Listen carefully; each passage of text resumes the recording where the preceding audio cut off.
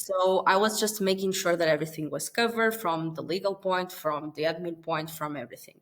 So I wasn't still over the business development side, but I have like a great leader then, and he told me like, I think you could do this. But I was super scared about it, just thinking about quota, just thinking like about getting into sales, doing cold calls, and coming back to that part that I had already experienced during college.